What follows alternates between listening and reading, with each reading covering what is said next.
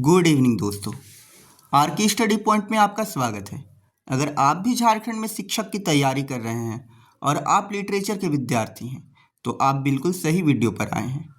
हमने देखा था कि इस बार झारखंड में माध्यमिक आचार्य का परीक्षा लिया गया, जिसमें लिटरेचर के विद्यार्थियों को लिटरेचर का नहीं बल्कि लिटरेचर के जगह पे एक नया टॉपिक को इंट्रोड्यूस किया गया, जिसको अप्लाइड इंग्लिश के नाम से जाना जाता है।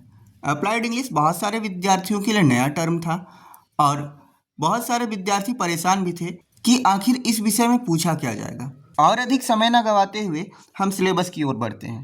पहले हम समझेंगे इस सिलेबस को 5 पार्ट में डिवाइड किया गया है। पहला, रीडिंग कॉम्प्रिहेंशन, जिसको हम दूसरे नामों में अनसीन पैसेज भी कहते हैं। हम समझते हैं अनसीन पैसेज में आपको पढ़ना क्या क्या है। Main idea, theme, purpose of passage, inference based question, author के बारे में पूछा जाएगा दोस्तों, आपका अंडरस्टैंडिंग के बारे में पूछा जाएगा, वोकाबुलरी पूछा जाएगा जिसमें सिनोनिम्स, एंटोनिम्स और वर्ड मीनिंग रहेंगे और लॉजिकल रीजनिंग रहेंगे। मैंने इस बार की परीक्षा में देखा था कि लगभग 3 से 4 पैसेजेस पूछे गए थे और सभी पैसेज के 3 या 4 प्रश्न बने थे। तो दोस्तों, आपको एक बार सही से रीडिंग कॉम्प्रिहेंशन को देख लेना है। चलिए अब आगे बढ़ते हैं। ग्रामर एंड यूजेस, इससे भी 10 क्वेश्चन बनने वाले हैं दोस्तों।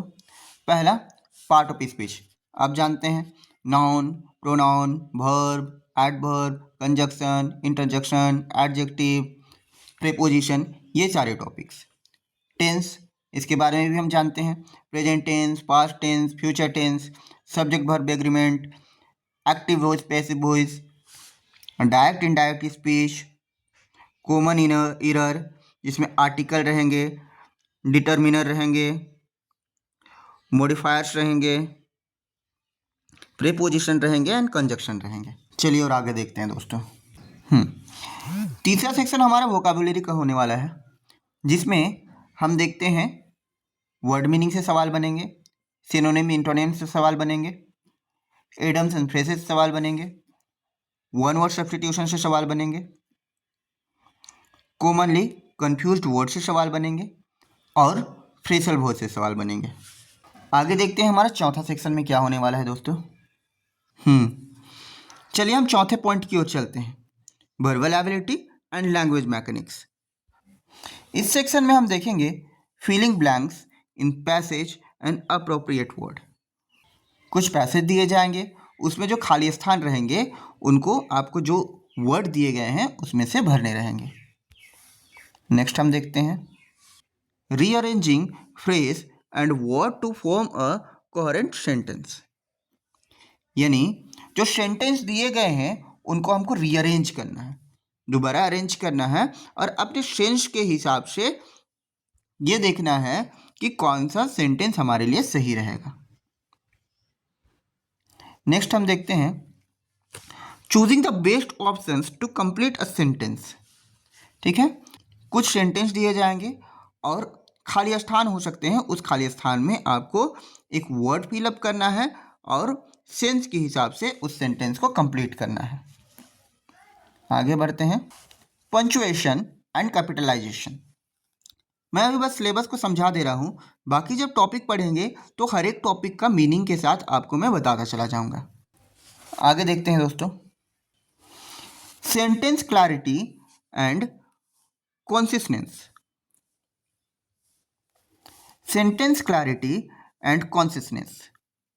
नेक्स्ट टॉपिक हमारा होने वाला है appropriate word choice for tone and style. आगे हमारा पांचवा और अंतिम टॉपिक है दोस्तों, ये हमारे रहने वाला है राइटिंग स्किल के बारे में। Types, features, format, structures, objective, यानी राइटिंग्स के क्या क्या टाइप्स हैं, उनके क्या क्या फीचर्स हैं, क्या क्या फॉर्मेट होने वाले हैं, क्या क्या स्ट्रक्चर्स और उनके क्या ऑब्जेक्टिव रहते हैं।